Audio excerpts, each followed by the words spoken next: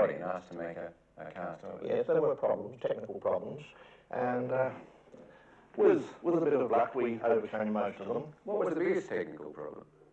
I think the biggest technical problem was the fact that he was thawing out, because he was, apart from being embalmed, he was defrozen. And this made the skin sweat just as if a person was working hard in hot conditions. Did you come to any conclusions of your own about him?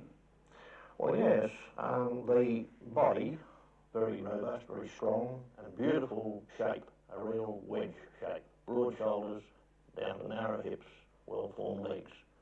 Obviously a man of considerable strength. But strangely enough, or strange in my opinion, there were no body scars and no signs of hard work.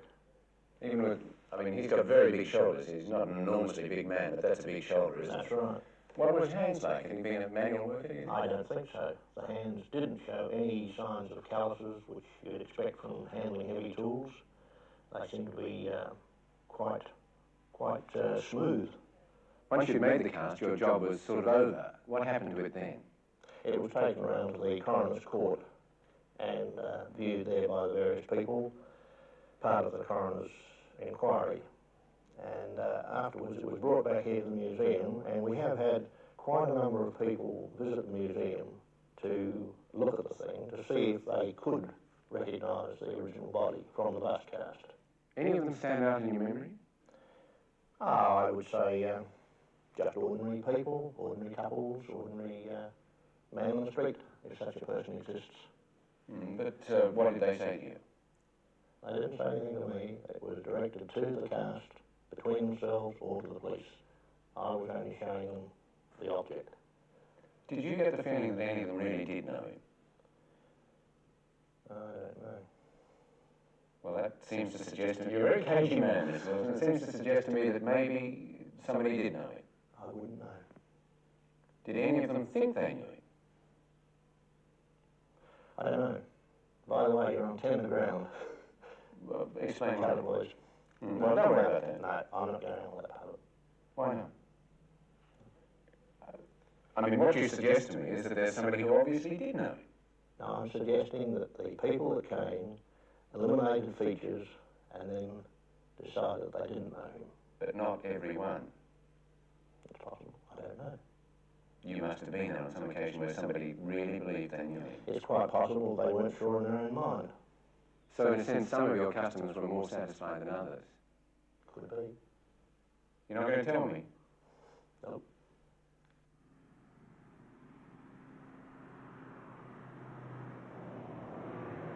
The senior detective working on the case with Detective Len Brown was Lionel Lean. Lionel Lean was a very well-known figure in the South Australian police force at the end of the Second World War. He was certainly one of the old school of detectives. One of the first puzzles that faced Len Brown and Lionel Lean was solving the meaning of those two words on the torn-out piece of paper, Tamam Shad. These days, Lionel Lean's retired and he lives down here at Victor Harbour. It's a coastal town about 60 miles south of Adelaide.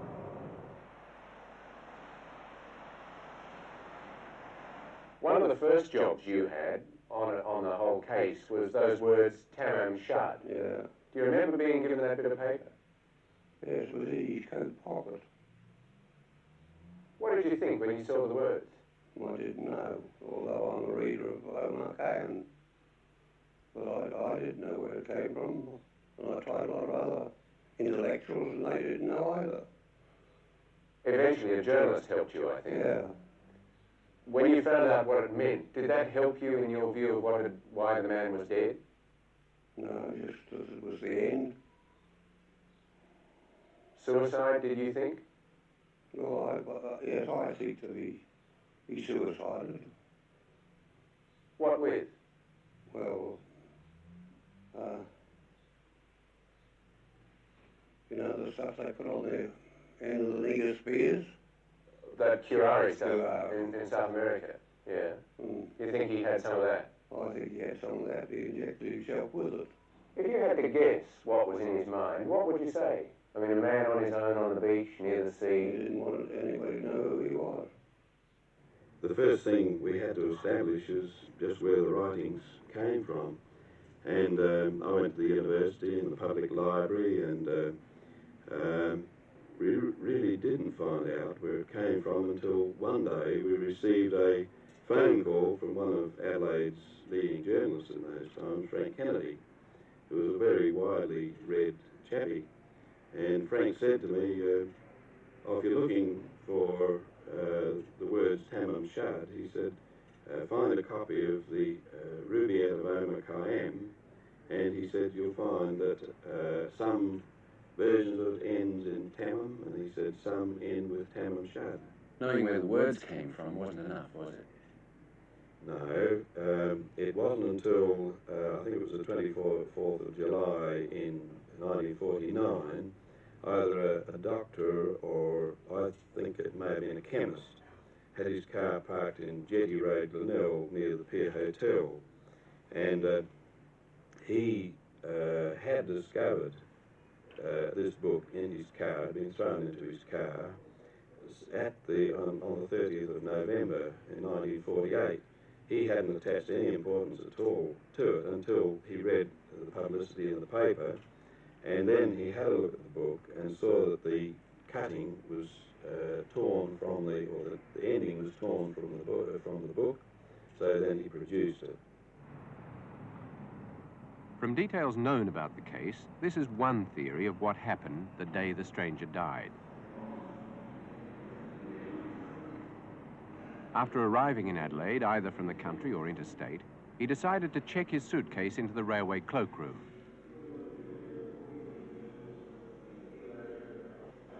He then bought a second-class single ticket to Henley Beach Station.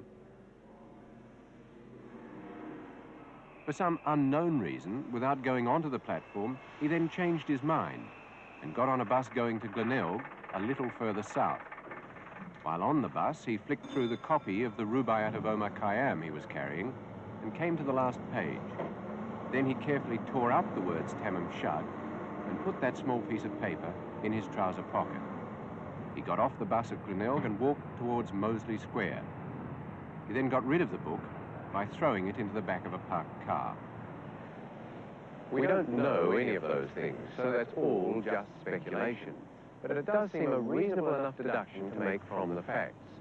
One fact that's led some people to deduce that this wasn't just a simple case of suicide was the finding of some hand lettering inside the back cover of the Rubaiyat.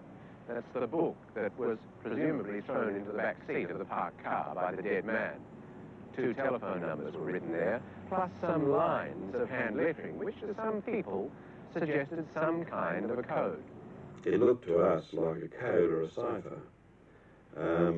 This was published in the paper, and of course here again a lot of people tried to crack the code, but we did submit the code to the Navy in Melbourne, and they reported back to us that it was not a code nor a cipher. One of the people who believes it is a code linked with international espionage is Sydney postman John Ruffles.